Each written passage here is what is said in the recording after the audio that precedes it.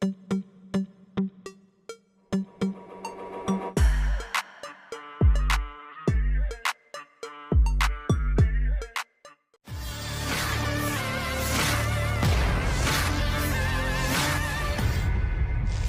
Bukit Poklonaya, Moskow, sebuah pameran peralatan militer hasil tangkapan formasi Ukraina secara resmi dimulai Rabu 1 Mei 2024. Penampakan peralatan tempur yang dipamerkan beredar di Telegram. Sebanyak 32 sampel peralatan militer dihadirkan, termasuk produk dari negara-negara NATO.